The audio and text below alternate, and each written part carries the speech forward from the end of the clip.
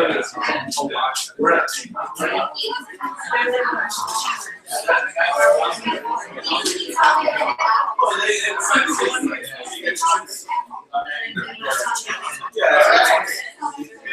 please put your cell phones outside.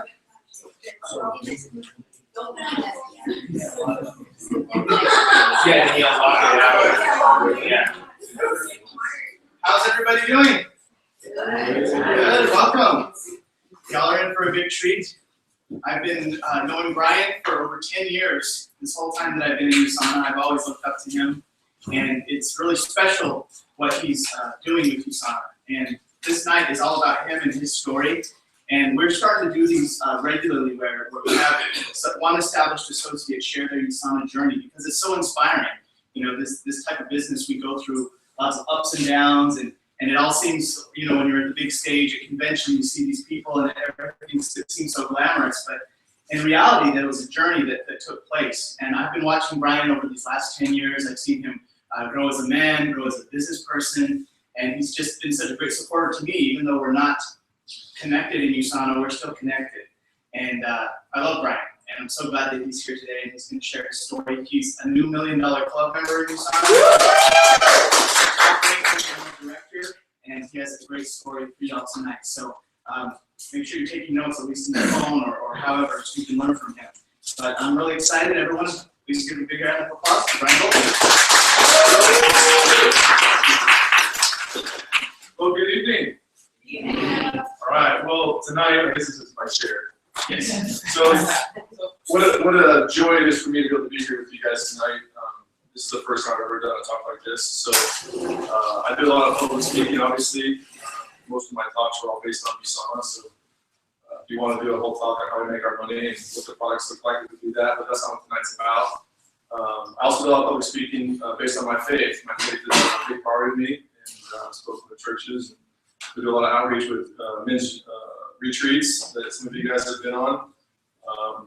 So yeah, tonight I'm going to just share with you guys my journey. I think there's a lot of lesson in the details. What's interesting, I think, for most of us in this room is the number one thing we love to always talk about is what? Ourselves. Right? What's the number one word that's the most important word to the human brain? Your own name. It's your own name. And so tonight, I get to talk about me. So I'm going to share with you guys my journey and my story. But before we do, you know, right now we're in a very interesting time with our politics, and it's kind of a big thing right now. If you turn on TV, all you hear is things about the media and things like that. But when it comes to politics, I think a question I have for you guys as a group is, what do you think the number one concern is for most people that live inside, that are Americans, live inside the United States? What's the number one concern that we have today? National security. National security. The polls all show that when it comes to what people are concerned about is safety. Not only our personal safety with our homes, our national security, safety with our country, the security of our, would you say that financial security is important? Any guys worried about retirement? Okay, like 4 of you? Okay. I don't know if most of y'all do being concerned about it. But I think the word safety is a big deal to us. How many of y'all have kids in this room? You got children? Is safety a big deal? You know, yes. I love the, maybe y'all have seen The Little Green Man. Maybe you all know what I'm talking about when I say the little green plastic man when it comes to the children's safety. You know what I'm talking about? A little 3-foot plastic green man that holds a little orange flag that you can put outside your house. And what a great invention. So when it comes to safety, I was actually at a Tony Robbins event about probably like a year and a half ago in November.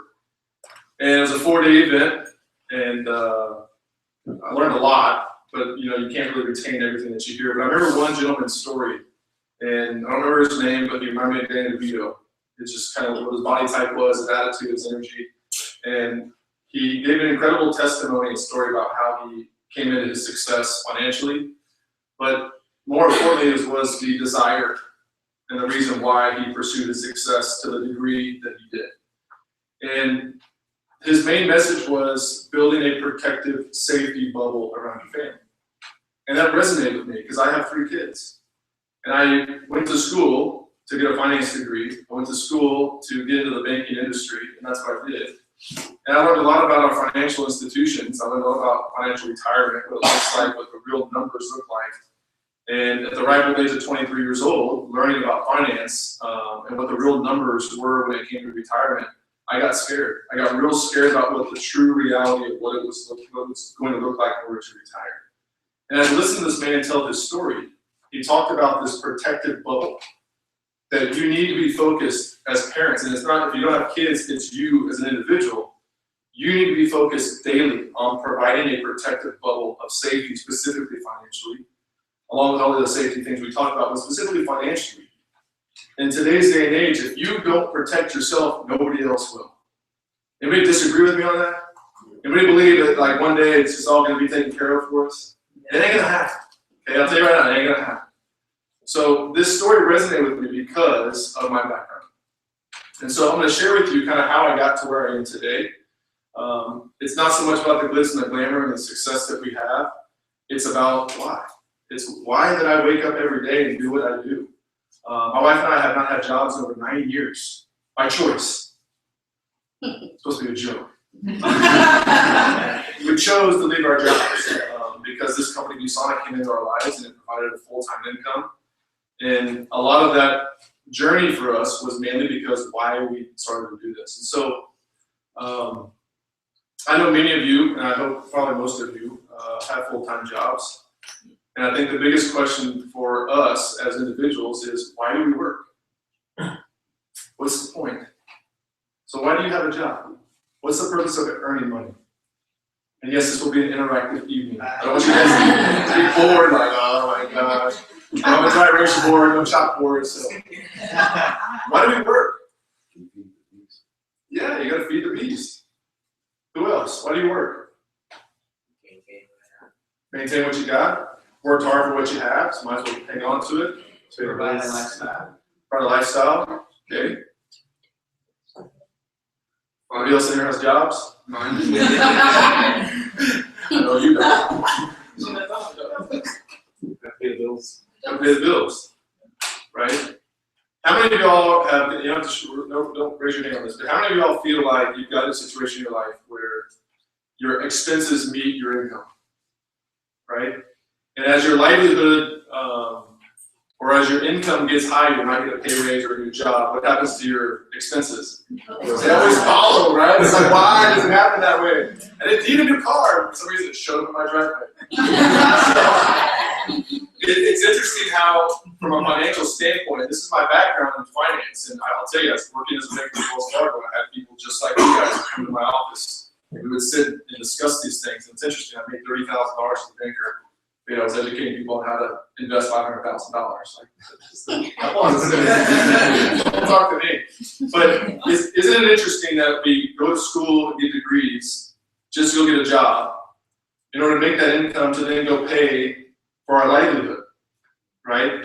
And then to gain that livelihood, a lot of times with bad decisions, because I made a lot of them, we go into debt. I graduated college with $16,000 in credit card debt. Thank goodness no student loans. But I had 16 grand in credit card debt. I couldn't defer those payments with student loans. So I was already in a major hole. But what's interesting is I had built my business, and as I developed the reasoning why I started to pursue this ViewSonic company, one of the biggest reasons was because of that protective security barrier that I wanted to put not just on myself at the time, but on my future family.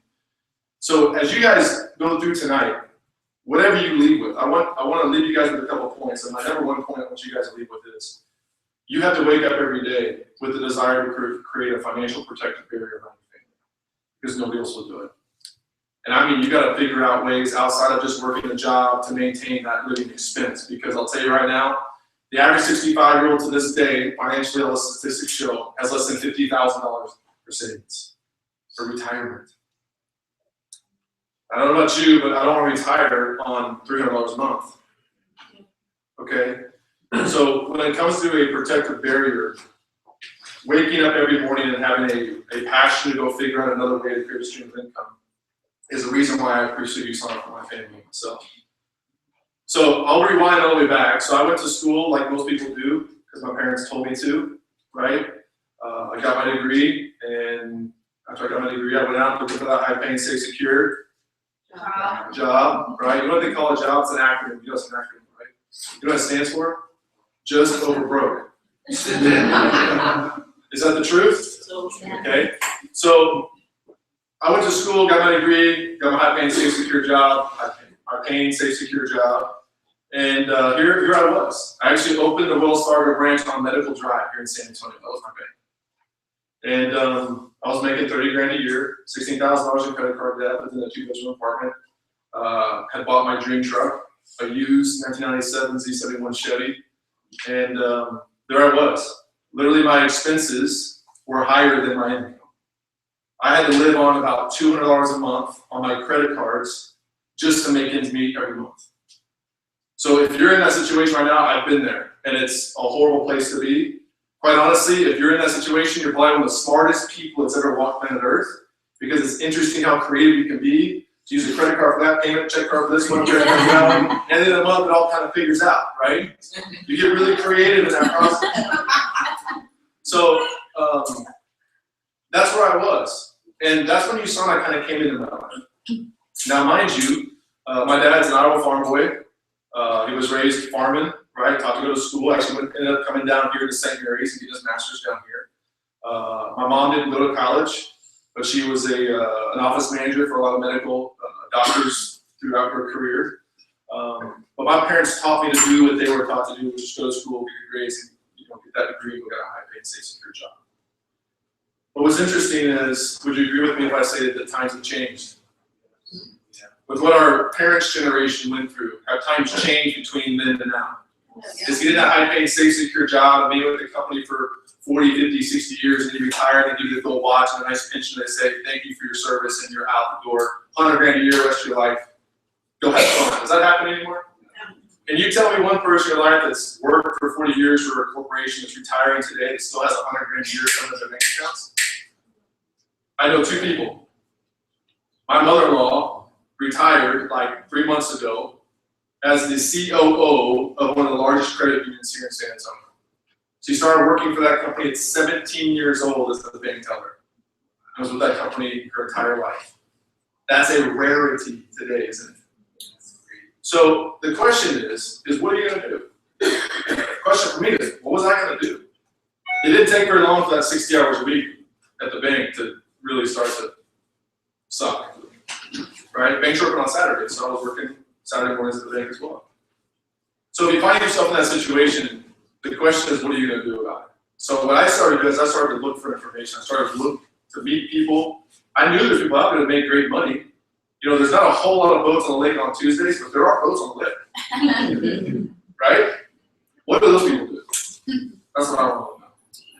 So I got curious. Now, how many of y'all have ever heard of a company called Amway? Okay, Amway's a direct selling company, been around for decades and decades. One of the most successful direct selling companies in the world. One of the most successful corporations in the world. They've created more millionaires in that corporation than most companies ever do in their history. They've actually created a billionaire in that company. Okay, so the argument of does it work? Absolutely, it works, right? It's just the people that have applied the knowledge. My parents spent 22 years in Amway. I was raised in an Amway household. Okay? If you don't know what Amway is, Amway's a direct sales home-based company. They pretty much sell everything. You just get enrolled, get a discount, et cetera, et cetera. So when I looked for an additional way to make a stream of income, this home-based opportunity was an option. But let's be honest. Have you ever really met anybody that's ever really made any money in a home-based business? Oh, yeah. Well, you have.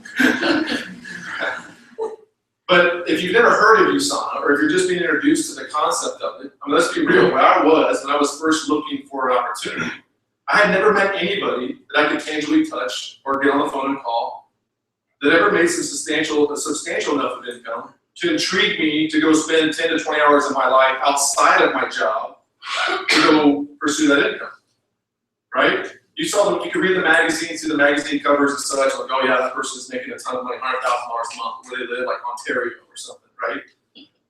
So here's what happened to me is I met a guy I didn't meet him. I ran back into him. I went off to school. Came back from school, working my full-time job. I was looking for a new church. And I ran into a buddy of mine that I knew through high school. His name was Matt Ryan. And Matt was the family outreach department head of this really small church right across the street from MacArthur High School in town. And ran into him, had a little conversation. He said to me, if you were looking for a new church, I said, yeah. He said, why don't you go check us out? I went to his church, started going to his church, actually started going on Wednesday nights and playing guitar in the youth group and stuff. Yeah, I actually play guitar. But what was interesting is I started learning and seeing Matt's lifestyle.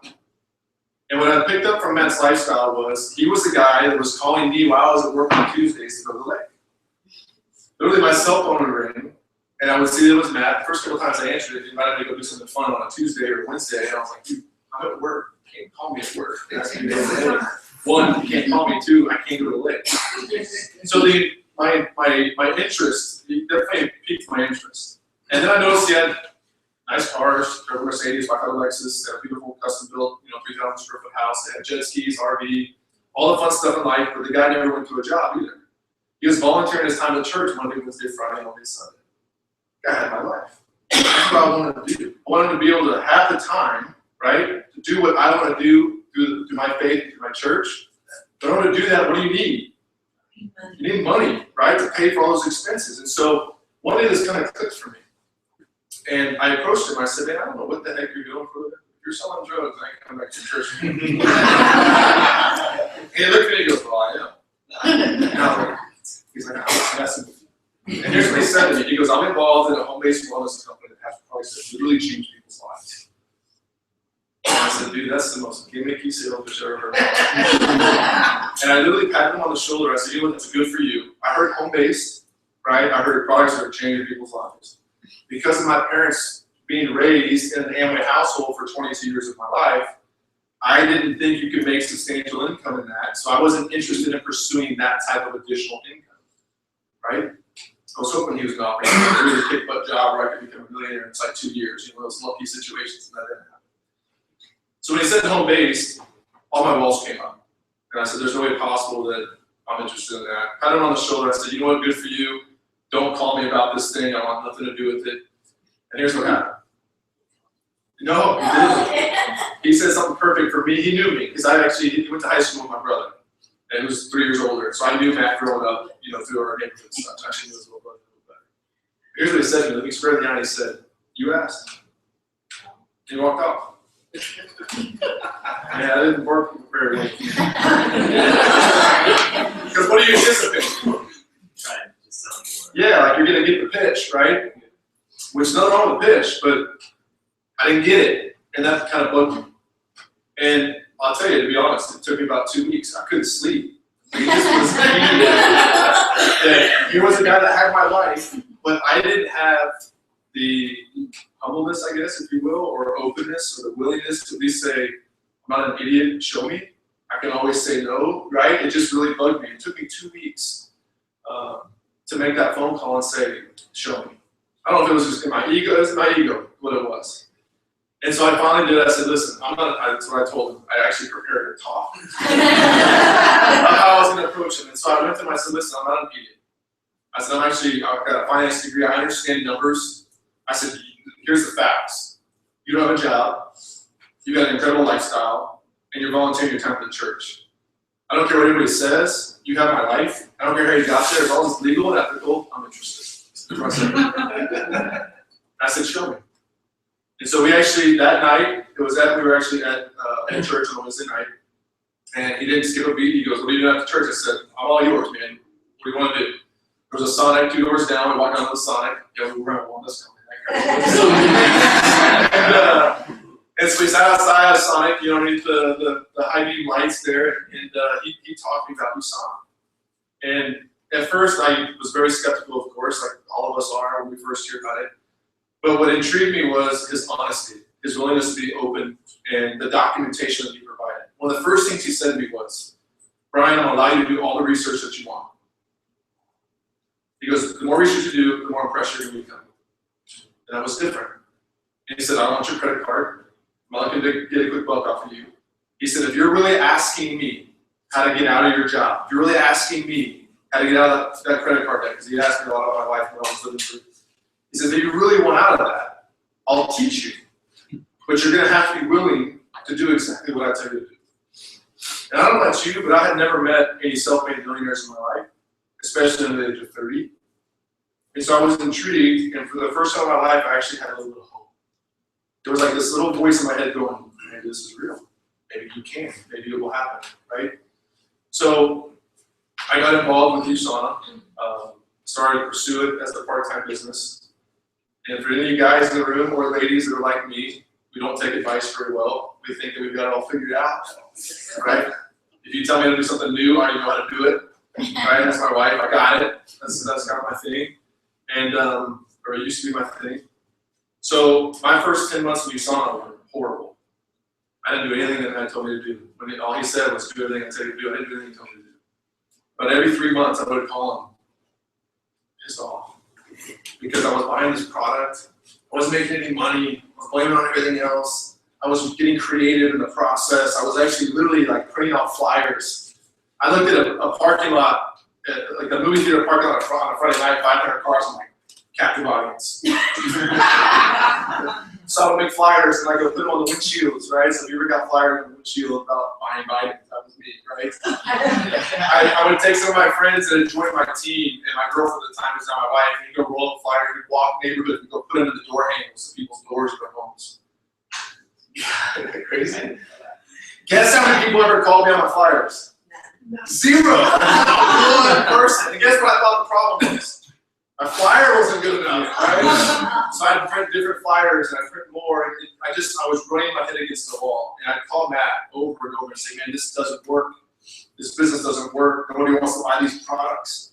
And he kept asking me, have you at least done the basic system that I told you about? So I never liked the conversation with Matt because he always went back to the grassroots of there's a system. If you don't want to follow the system, you ain't right. So 10 months into this, I was done. I'll tell you right where I was. I was on San Pedro, right by 410, that big SWC building. I had to do outside sales calls for my bank every once a week. I had to go out into the business and get business.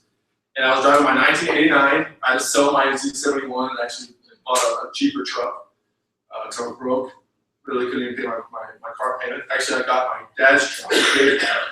Single bed or single cab, short bed. The kind of truck that doesn't have like insulation, like you can tap on the ceiling, it's like straight aluminum or metal, whatever it is. And my AC didn't work very well. It was the middle of August, and I was in a suit, tie, literally driving to offices and knocking on doors. And my AC was getting worse and worse every day. Have you ever been there? Like the worse your AC gets, the more ticked off you are. You get that sweat running around your shirt, you're like, man, I'm done with this car, but I can't pay to fix it, right? I was just having one of those days. I was done. I was asking myself, what the heck am I doing? What am I doing with my life? I mean, am I going to be here till I'm 65, same situation? I want to get married? Yeah. Who's going to marry this guy? Right? How's your financial situation? Negative. So I pulled over into that parking garage at the SWC building. And Matt had called me earlier that day, probably asked me to go late or something. And I had just checked my bank account that morning when I got to work, and I had 14 overdraft fees. Wow. One of those situations where you go to check, back in the days we write checks, I went to check and the person hadn't deposited yet, and so I forgot about it, right? Those old freaking days, man, I hated it. And then over the weekend, someone deposits it, you spend a bunch of money, and then the check goes through, and all of a sudden, like that $3 pack of gum you bought cost you $35 for overdraft fees, and I had a ton of them. And I worked at the bank, and they still wouldn't allow me to override my overdrafts. I got 3. Right? So I was having one of those days, I'm like, man, my bank account's negative. If I even try to put gas in my truck, I'm screwed. My AC is going out. I'm broke. What the heck am I doing? Aha. I had some USANA products. And Matt said I wasn't happy to get my money back. Here's an idea. I'm gonna ship my products back and get my money back. You see how what a scarcity mindset I had? I was still living moment by moment. If I could just get that little bit of money and get out of my debt situation, life would be grand again until next week. So I called up Matt and I was livid. I was like, man, I'm done with this thing. I want to send my products back. I knew what I was doing, but I wasn't going to tell him why. I didn't tell him my bank account was overdrafted. I was blaming it on him, I was blaming it on the company, I was blaming it on the people I was talking to, I was blaming it on the product, it didn't work. And he asked me a simple question. He said, Brian, have you done your system? Have you followed your steps? I said, man, those steps are for third graders. I've looked at the table of contents. It's like read a book, dude. I don't need to read a book in order to teach me. You're not teaching me how to make money. And I don't appreciate that, and so I want out. And so he gave me a challenge. He said, if you'll commit to me in the next 4 weeks to finish your steps, well, he gave me 3 days to finish my steps. And in 4 weeks, if I wasn't happier in 4 weeks than I was today, he was personally going to refund my money. So guess what I said? I'll do it. And guess what I was thinking? I'm getting my money back. I just got to work through this next 4 weeks, do that little credit card here, debit card there, and figure it out. I was going to get my money back. And 4 weeks went by, and then another 4 weeks went by. 10 months from that day, I was making more money in USANA than I was at my job with Wells Fargo when I quit. And I never looked back because I followed a few simple steps that he was telling me to do, like read a book, right? One of the things that Matt told me that was a very profound thing, this is another thing I want you guys to leave with today. What was the first thing I told you guys to leave with today? Protective bubble. Okay, that's what I want to hope to get across to you guys tonight, is that you need to figure out a way to create a protective bubble. There's a book out there right now called Second Chance. Have you ever heard of it, by Robert Kiyosaki? Have you heard of the book Rich Dad Poor Dad? Robert Kiyosaki just published his most recent book called Second Chance. It's about the economy of the United States and the global economy today. He talks about our stock market. He goes through a lot of details, and I'm going to tell you right now, if you want to really open your eyes to our financial situation with the gold standard, with the dollar standard, and all the issues that we're dealing with today. Maybe I've heard about the cliff. You hear about the financial cliff that we're on? You ever heard like the TV and the news talk about the financial cliff? You know what that means? He talks about it in there, right? We're at a very, very interesting point in the world. And I got to tell you that if there's one piece of advice I can give you, again, it's that protective bubble. And this advice will change your life over the next 5 years based on where our economy is going, if you'll just trust me and focus on providing a protective bubble for your family. The second thing I want to leave you guys with what Matt told me. He said, Brian, listen, he goes, what book are you currently reading? I looked at him and I said, I don't read books. I don't like to read. I went to college. I went to class. That's how I passed through college. I actually went to class and I took good notes, right? If I read a book, by page 6, I don't remember what page 2 had on. I'm daydreaming about hunting or where I was today. I'm like, how did I fit 6 pages in? I have no idea what I read. I go there, right? Oh yeah. So I told him, I said, I don't like to read. And he said, I'll tell you right now, he goes, successful people read. It's a logical thing, a statement to me. I'm a logical person. He said, if you ever want to get out of where you currently am right now, you have to bring external knowledge. He goes, successful people read. So second thing I want you guys to take home with you is you have to read. Tonight, my story is not going to change your life. It's not going to make your bank account look different tomorrow. But I will tell you the nuggets that I have done in my life is I've become an avid reader. You guys know, my team knows that if I ever hear you say that you don't like to read, what do I make you do? No, what do I make you say in that moment? I love to read. I love to read how many times? At least 10 times in that moment, because the positive affirmation has to erase the negative statement. And I'm an advocate of that. So if you don't like to read, I'm going to tell you right now, you have to learn to love to read. You have to teach yourself to do this. 2 books. First book I'll teach you, it's called Royalty Income. The guy that wrote this is a dear friend of mine named Steve Hirschcheck. He's an anesthesiologist out of Chicago. This guy was a wealthy guy, anesthesiologist, right? He built a dynasty in USANA, and he writes about why he did it in this book. He doesn't sell you USANA products, doesn't sell you on how the compensation plan works. He sells you on why you need to create a royalty income in your life. So what's royalty income? What's the type of income that we earn in our life today? If you have a job, what is it called? So linear income, it's wages. I never heard that term, linear income. So what does linear income mean? You work, You get paid, right? If you don't go to work, what happens? You don't get paid. You don't want to be in a linear income status for the rest of your life. Let me clarify something. If you want to live a life that you choose, you don't want to be in a linear income status. Does that make sense? If you're okay with having somebody else tell you what to do for the rest of your life and living right above your expenses for the rest of your life, linear income is your choice. I don't want to be there. I want to have Matt's life. I want to be able to do what I want, have the money to do it, the time to do it, raise my kids from home. My kids, I have a 9-year-old son, 6-year-old little girl, and a brand new baby little girl. My children have never known their parents to have jobs. Think about the financial chains that I'm breaking inside my kids' heads, that you don't have to work a job in order to create wages. We have friends come in from out of town, stay for the weekend, and they leave on Sundays, and we're having a blast, man. Their kids are there, my kids are going nuts, right? You guys have had, if you're new parents, like, yeah, friends come in with other kids, like your house just like freaking turns upside down, right? A bomb explodes. You got like sofa cushions in the other rooms, like it's just nuts. And when your kids are having fun and they're in those elements, and then your friends leave. And my son came to me one day when we had some friends from out of town come in with their kids, and they had to leave to go home. He was like, stay. He got really emotional. He was crying, and his little buddy that was there was crying. Like they wanted to hang out for another day. They want to spend the night again and watch a movie until late. And his parents were like, no, we have to go home. We have to go home. My son was like, Dad, why? And I told him, I said, they have to work tomorrow. They have to go back to their jobs. And he goes, why? And I don't mean that disrespectfully.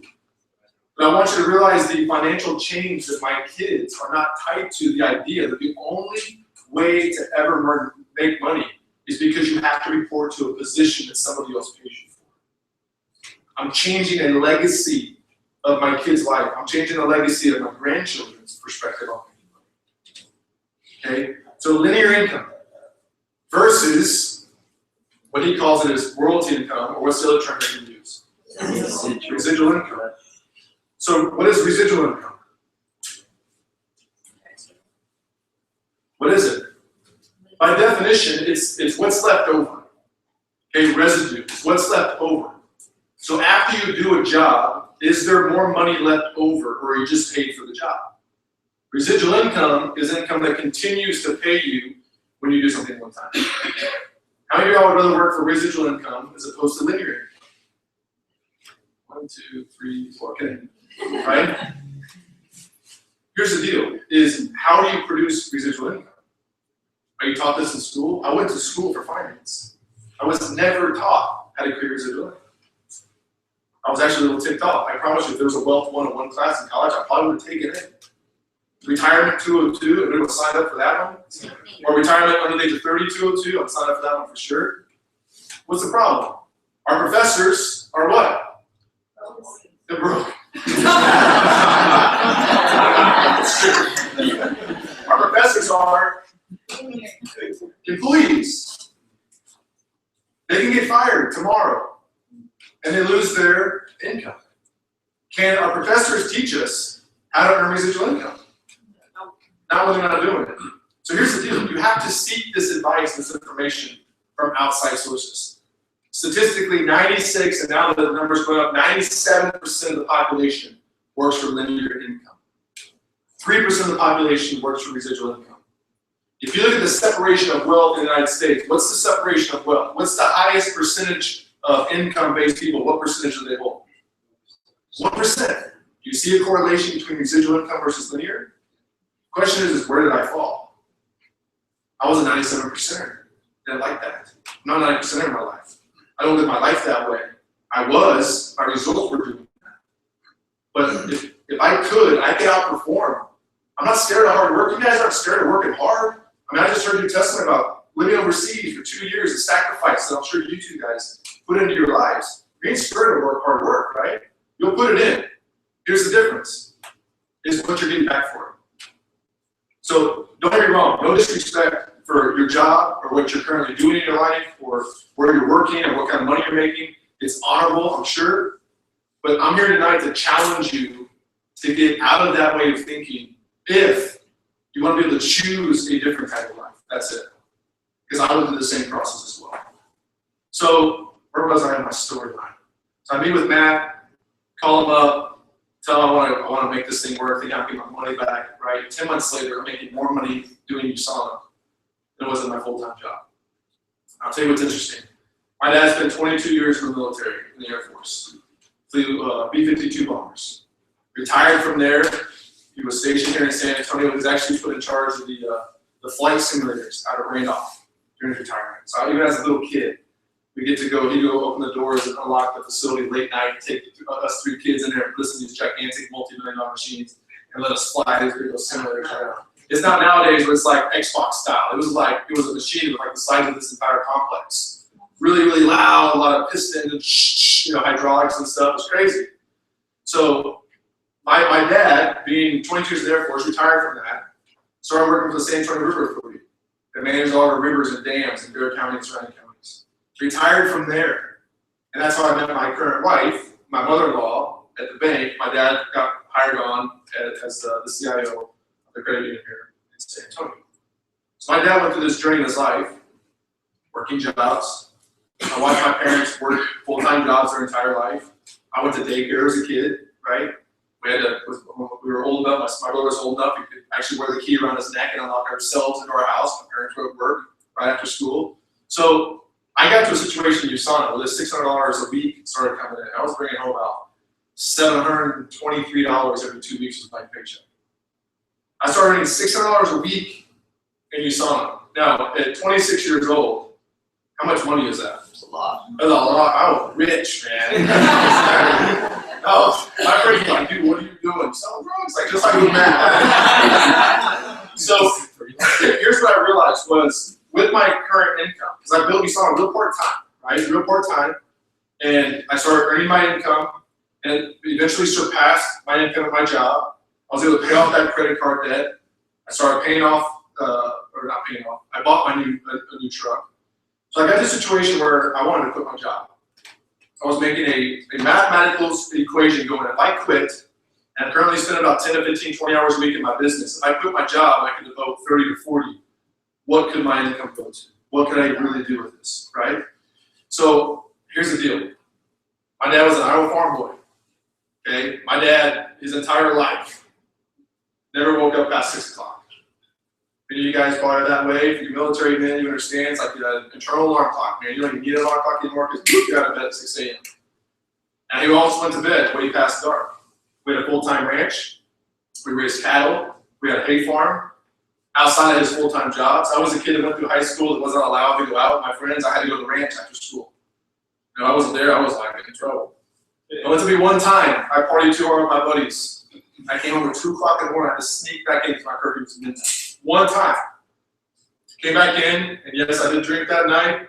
Was not feeling very good, and my dad was knocking on my door Saturday morning at 4:30 in the morning. I literally felt like I had just taken my jeans off, and I put my jeans back on, and I went work an entire full day at the ranch in the middle of August, about 140-degree weather. Put it in fence. Never happened again. I'm not a big drinker. Wasn't a big drinker. I was in a Christian fraternity all through college. I could change me in one day, right? But that's the type of person my dad was. A man of character, a man that was big on his word. He taught me you never lie, steal, or cheat, or condone people that do. So here I was listening to this journey, and when I wanted to quit my job, like many men do, who do you need the approval of? Your dad. So I was ready to quit my job. I learned from Mr. Penrod back there to write my retirement letter early. So I wrote my retirement letter early, and I had that thing for about 6 months. I was like, man, I'm going to turn this in my boss one day. Woo! It was written good, man. It was awesome. I actually wrote 2 of them. One that was professional and one that I wanted to say. Right? And I had them both when I went to the meeting. And I gave them both to him. It was kind of cool.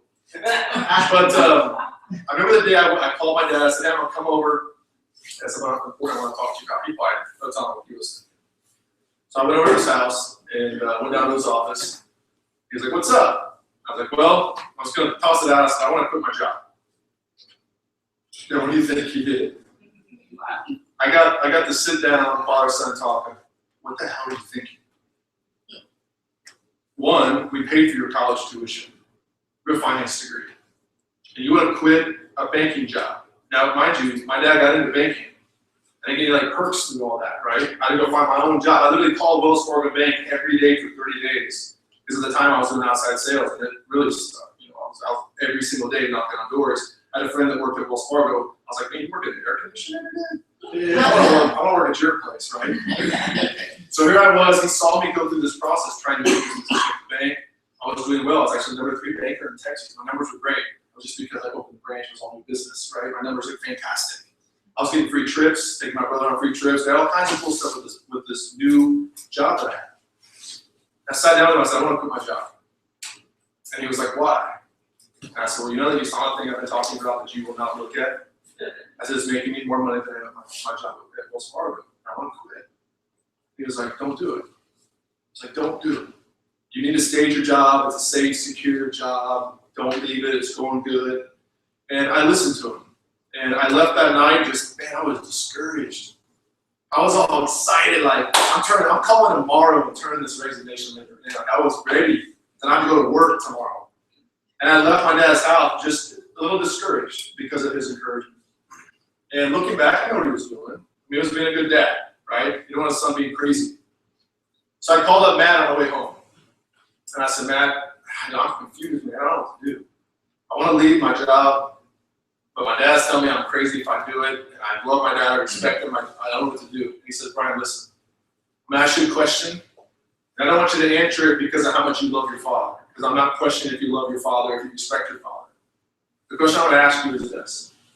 Does your dad live the life that you want? That was tough for me to answer. At the time, my dad was still working a full-time job. He was in his late 50s working a full-time job. I saw him leave careers and make phone calls to try and get recruited.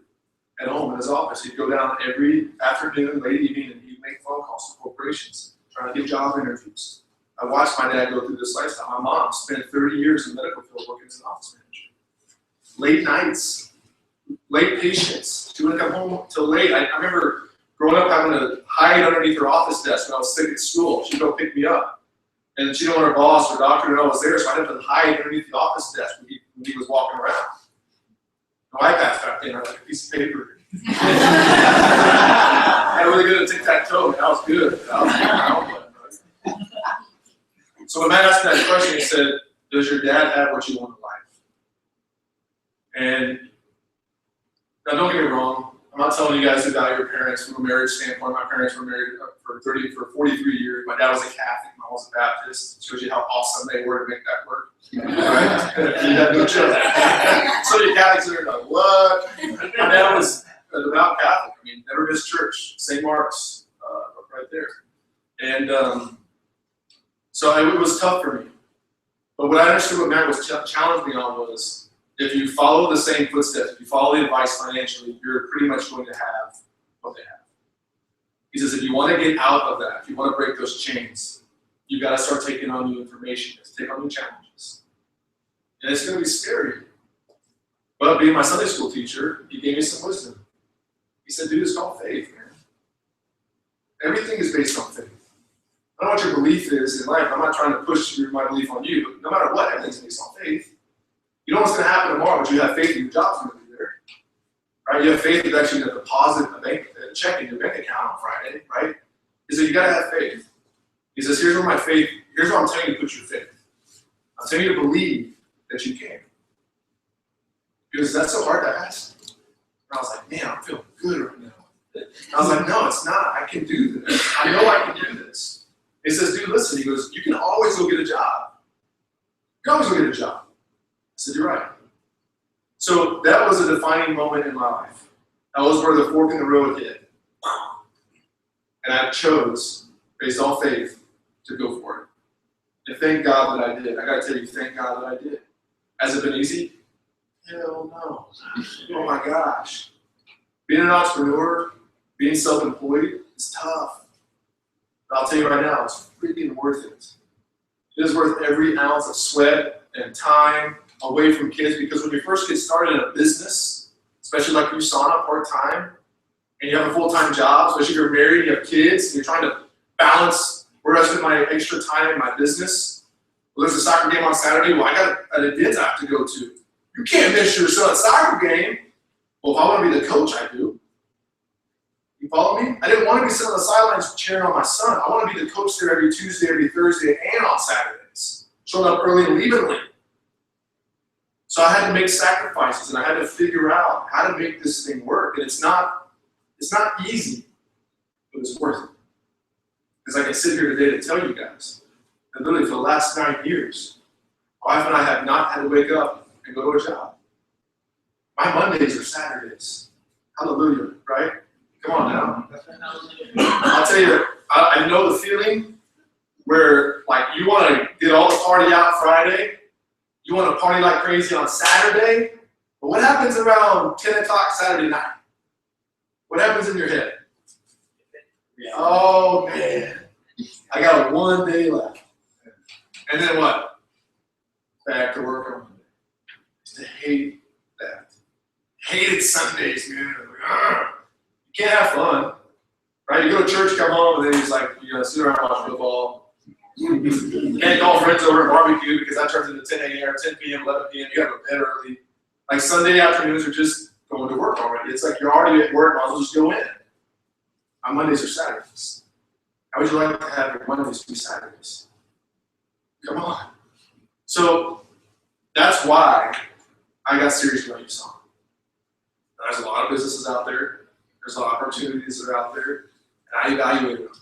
As a numbers person, the reason why I pursued USANA probably the heaviest, I was actually in a previous network marketing company through college. I dabbled with it. Wasn't the right company. I now know why. Products weren't good. Compensation plan, honestly, was horrible. But what I did was when I started to really evaluate USANA and pursue this, and when I wanted to take this probably serious, I really started to evaluate the industry. I started to read the books about the industry. I actually started calling people that I knew that were in other companies. I went to their meetings. I wanted to learn the compensation structures. I wanted to hear what their leaders were saying, why their companies were better than our company. Right? I wanted to evaluate. I wanted to go ask them, what are your details? Well, tell me about your product, man. Where's the science? Don't sell me, prove it. Oh man, everyone's got science. We got it. Well, show it to me. Oh, it's all literature. Well, where is it? Oh, I have to email it to you. Email it to show up? No. So as I started to really dive into and evaluate why USANA, I'll tell you right now, it has the highest quality product in the world. Period. That's not me saying it.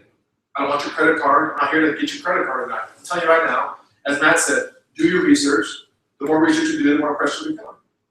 And it has the highest rated compensation structure in the world. It's the only wellness company that offers a $1 million active guarantee to professional and Olympic athletes. The only one. We'll guarantee their salaries up to $1 million for that year if they're ever tested positive for a doping substance out of our product. Not one other wellness company in the world has stepped up to that plate. Don't you find that interesting? The more that I researched the company, the more I realized if little, petty me, I could easily put my name behind a vision and idea like that.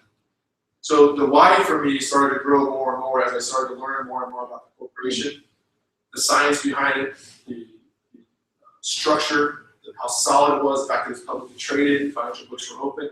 Everything for me just started to make sense. And here's the other thing that really made it easy for me, is it was logical.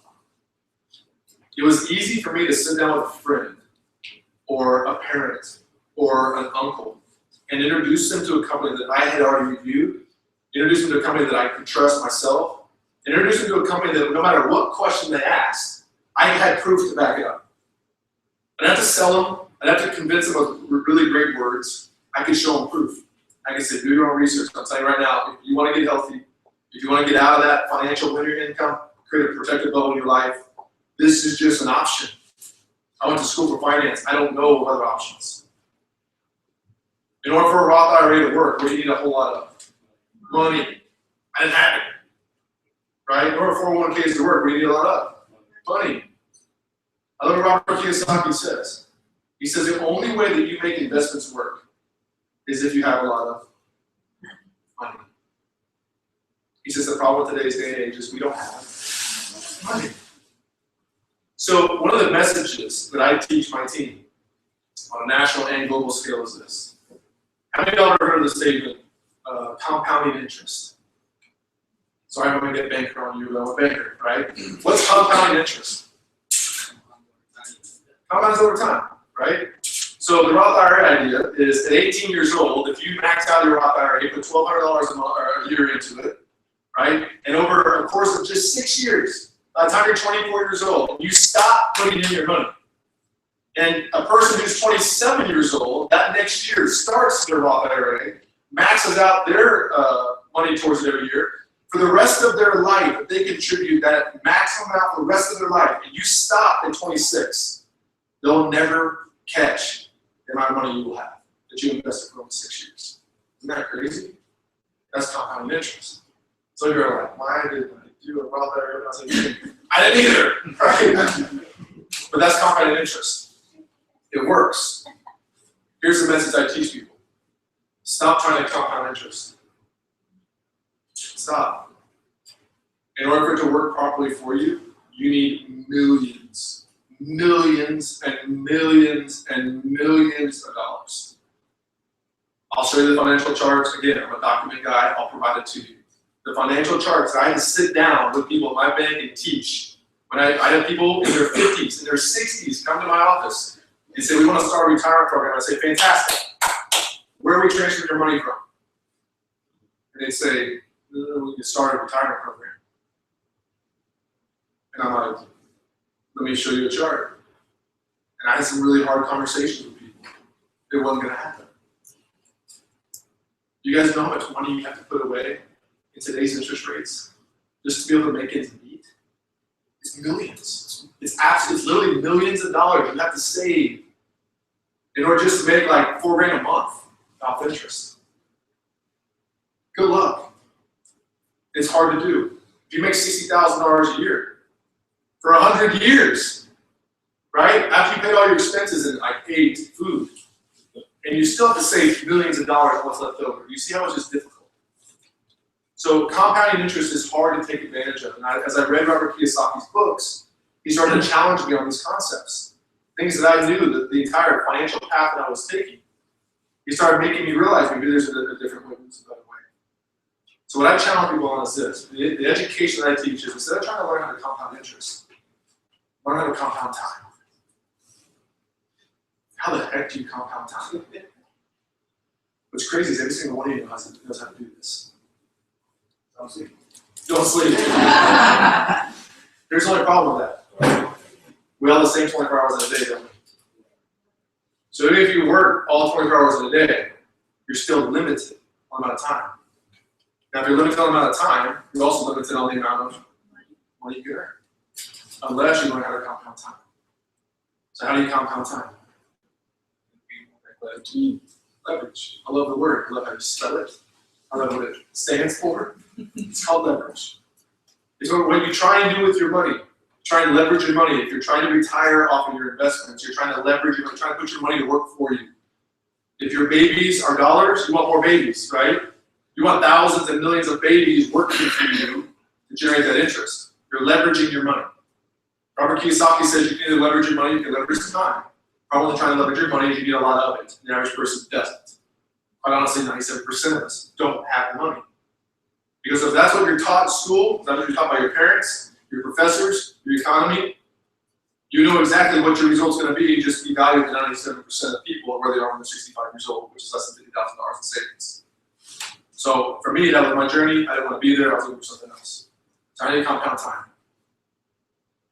So if I were to tell you this, there's a movie theater down the street, probably 500 cars in on a Friday night, ones I used to put flyers in. If I were to tell you I pay $1,000 per car to wash every car as many as you can in a 4-hour period of time while those cars are in that parking lot, how many cars could you get through washing? And I'm talking like seriously $1,000 per car. Hand wash, wax, a whole 9 yards, wheels, tires, like it's got a pretty good clean, baby. How many cars could you get through in 4 hours? 2, 3, maybe? So you see how on a time limit, how much money can you make? $1,000 per car, figure out the math. So how do you make more money in a 4-hour period of time? Based on that scenario? Huh? Brilliant. Call a buddy. Hey man, I'll pay you $400 a car to come wash cars.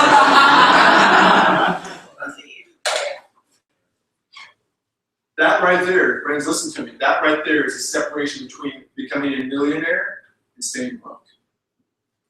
Do you see? Do you hear me? That mentality right there is the difference between creating time leverage, residual income in your life, or staying broke for the rest of your life. Is learning how to create an asset system in your life where you create that leverage. What if you called 10 friends? How many cars could you wash that night? Could you get to a point in your evenings where you don't even have to be the one washing the cars? What would you then go do?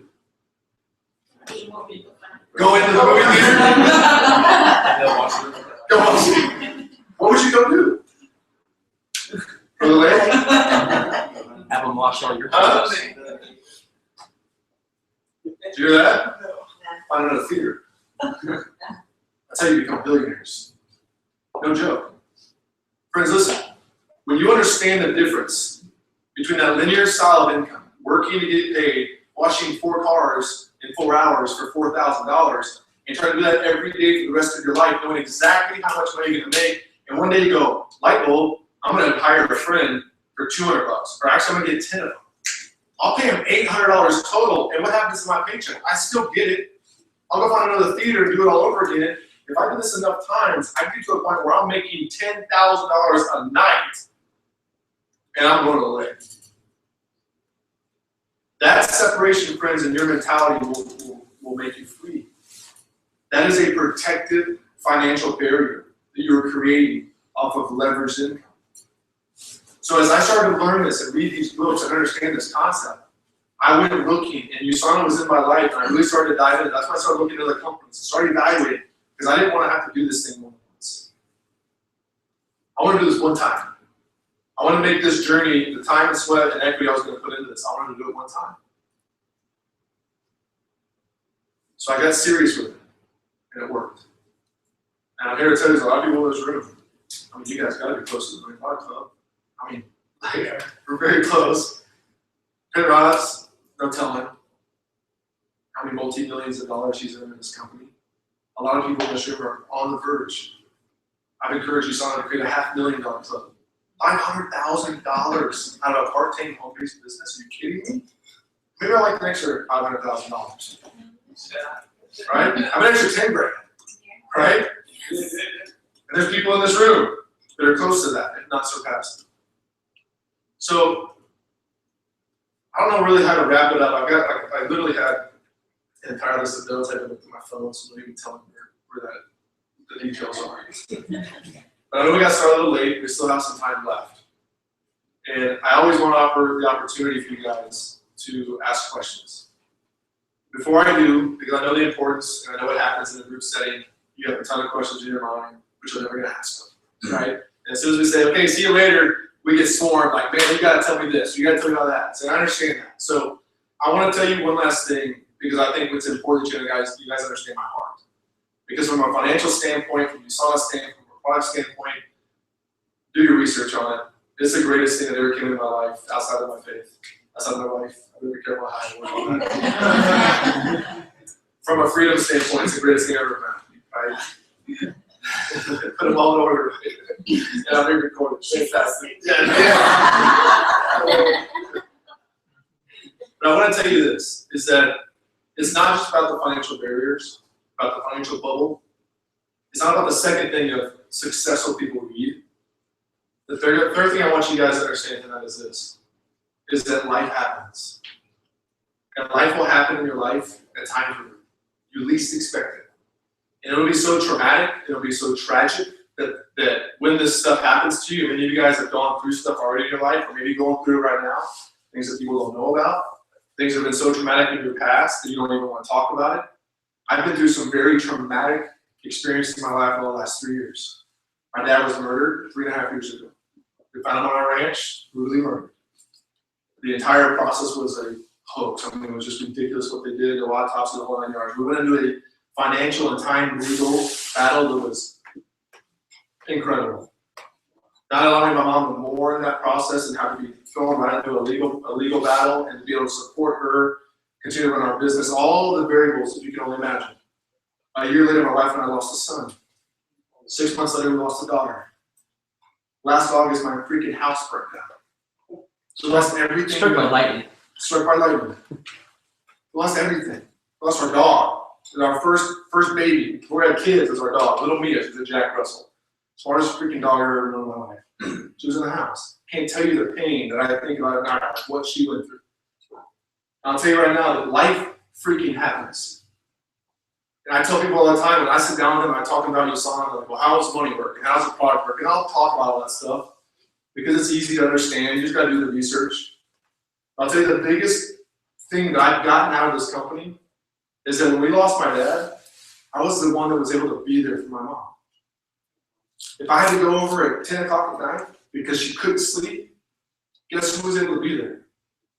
I didn't have to wake up to go to work the next day. When we lost my kids, the stress that my wife went through, it was hard on me, but I'll tell you right now, it was hard on my wife. My kids, the kids that we had, didn't understand the late nights, the trauma that they went through.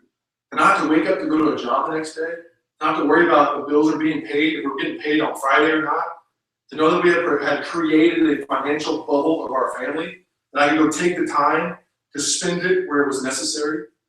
When our house burned down, I'll tell you right now, a house behind my mom and 6 doors down just burned down 3 days ago. She went over to their home and gave them money.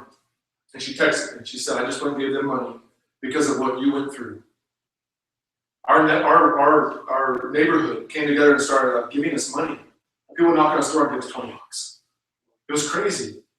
And I'll tell you right now, it's having the time and the resources to, when you go through life, when your house gets struck by a bolt of lightning and it burns to the ground, we lost everything. The Red Cross truck showed up. It was so bad. 30-foot flames. I got pictures and videos. I'll show you. It's crazy. 30-foot flames. Lost everything. Red Cross truck shows up. I'm in a state of shock. To add to it, I call USAA, who I had my car insurance to. I would have bet you a freaking $1 million the day before that our homeowners insurance was with USAA. It wasn't. I called USAA and said, I need to start a policy. My house is burned down in front of the street right now. I'm watching it go up. I need to start a claim. Mr. Volke, are you sure you have your homeowner's policy with us? I almost passed out. Oh my God. I literally almost passed out. I had to lean over and say, don't tell me all that. And I just hung up. I looked at my wife. I was like, I have no idea who our homeowner's insurance is through. The house we built with had their own insurance at the time. They sold our mortgage and they also sold the insurance. You get that packet in the mail every freaking year and a half when that happens. You say, where do you put it?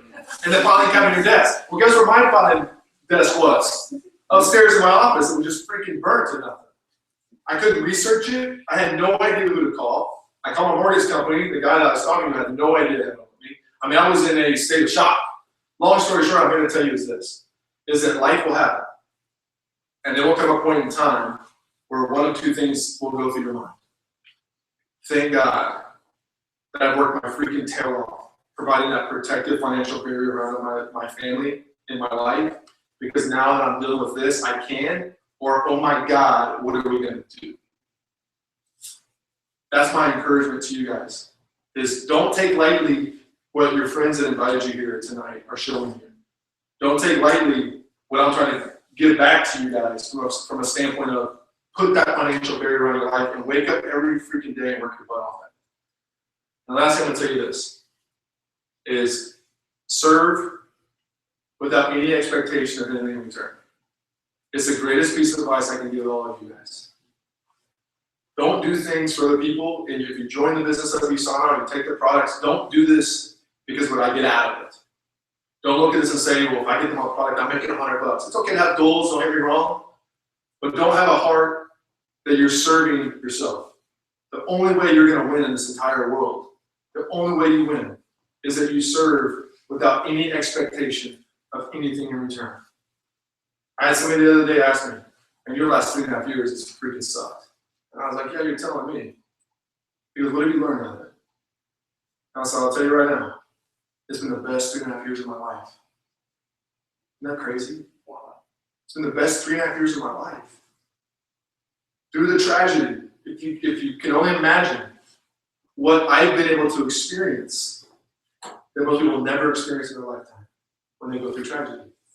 The gratitude, the gratefulness, the families, the people that come to my home, the networks that we've created, the relationships are so strong and they're so big that when this tragedy hit, we had a community of families and friends that were there to protect us and take care of us and be available for us at any time I needed them.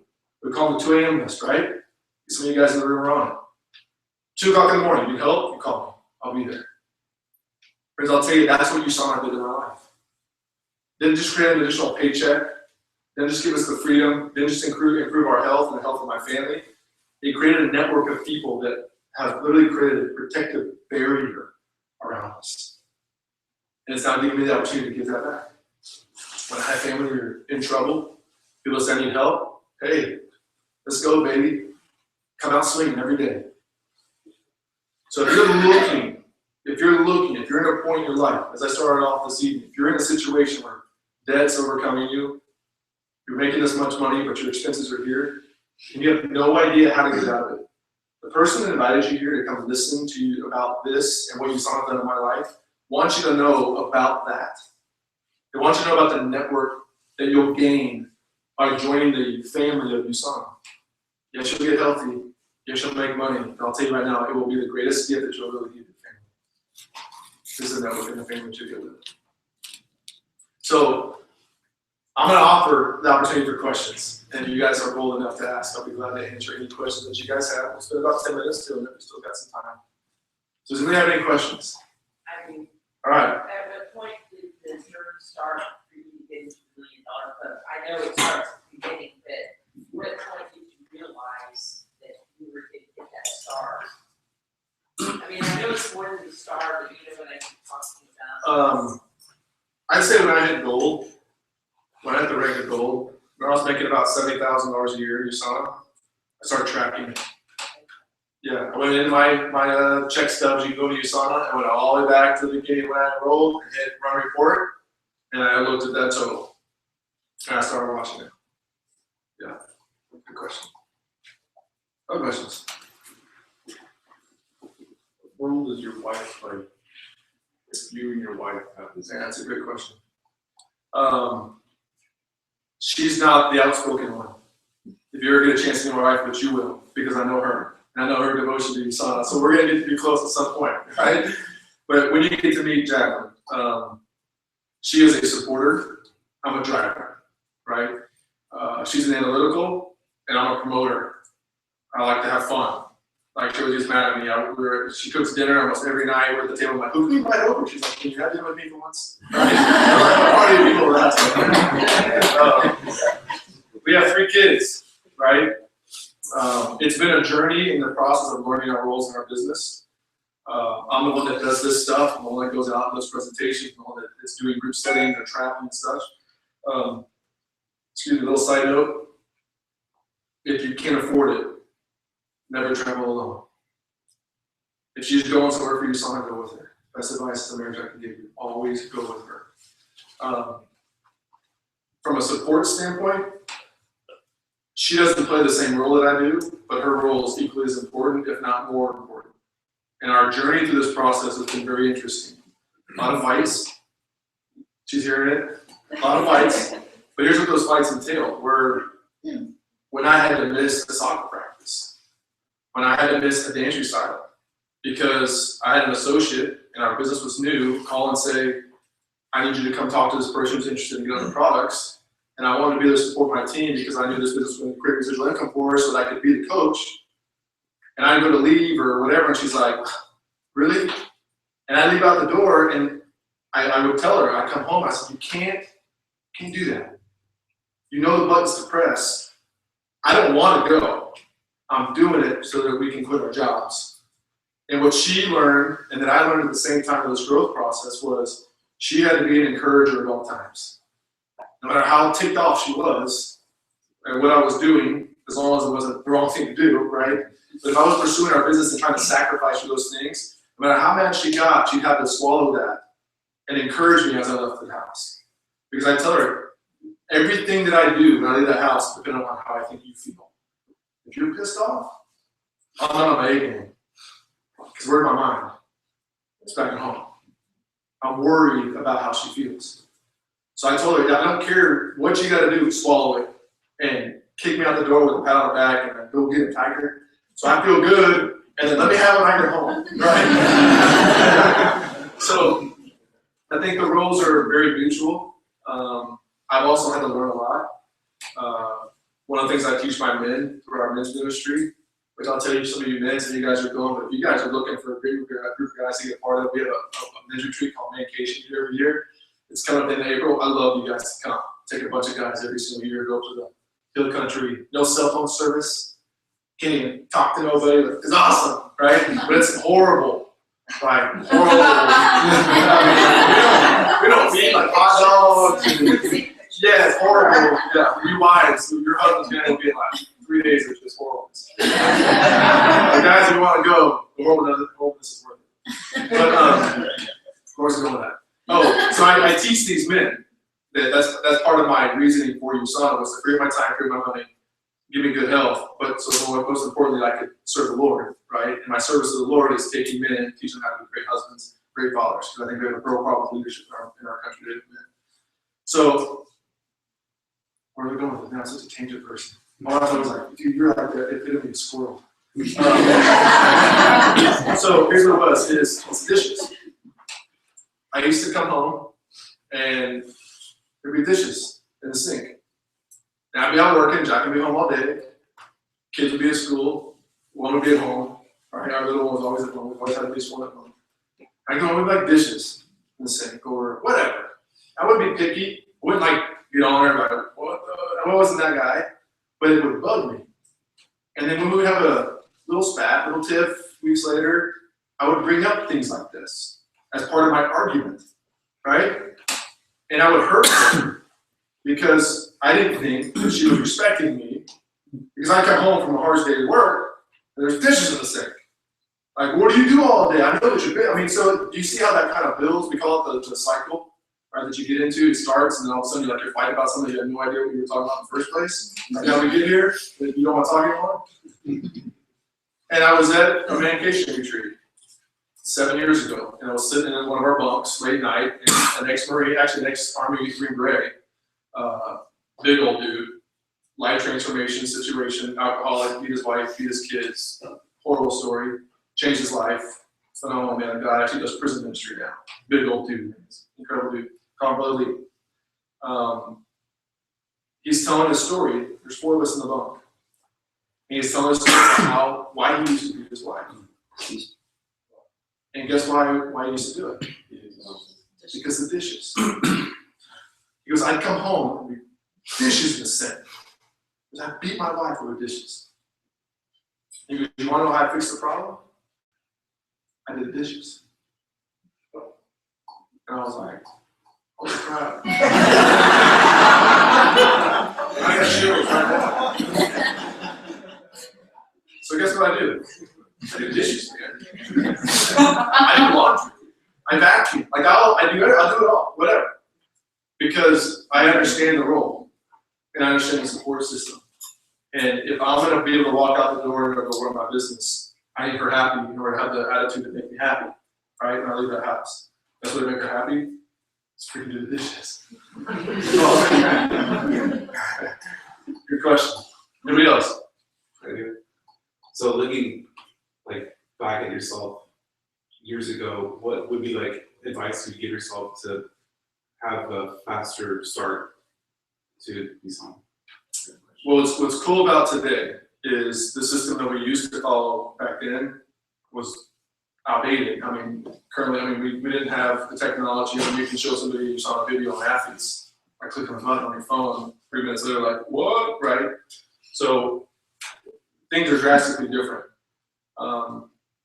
But I think the process of how you accomplish it is really up to the individual, right? It all comes back to your will and your reasoning. So that doesn't change. Anybody can be successful in anything they want to do. It's just, are they willing to go through the process to get there, right? So I think if I were to go tell myself back in those days, I think what I probably tell myself is, don't waste time. Compounding time. The analogy of the Roth IRA, the 18-year-old who didn't waste the time to invest, by the time they're 26 and stops investing, never puts another dime into it, that 27-year-old starts will never catch that kid. That 6 years will always be more money because they didn't waste time. I'll tell you the compounding time aspect is 100-fold more important than the Roth IRA analogy of compounding interest. If you waste time, it's the one variable we can't ever get back. It's an equal opportunity employer. You'll never get it back. But the moment you start compounding your time, the moment you're gaining years back on your life, time with your kids back in your life, changing the financial constraints and barriers that you're teaching your kids, you're gaining that stuff back. And you're doing it for generations to come. So I always tell myself, don't freaking wait. I waited, and I did it wrong for almost 2 years before I finally just got after it and listened. Yeah, good question. We'll do like 1 or 2 more, that's it. I love to read. Were you ever going to tell us about the second book? Oh, yeah. So this is just, I just had it up here. I like your style. He's like, what's the book he's hiding? So I just set this up here, and if we got in the direction of how our business model works. So Eric Worre wrote a book called GoPro. Eric Worre actually built a 7-figure a year income in a network marketing company. Very, very successful guy. He left that company to start an organization called GoPro. He's basically becoming a professional in our industry. In this book, he highlights and outlines 7 skills you have to know in order to create an income in our business. And it's very generic. It's not specific to one company. It's very generic from a skill set standpoint. Any job that you have, it's a skill, right? You can't throw me into a position tomorrow and have me do a good job, right? I'll get killed. I have to go through training and develop a skill set.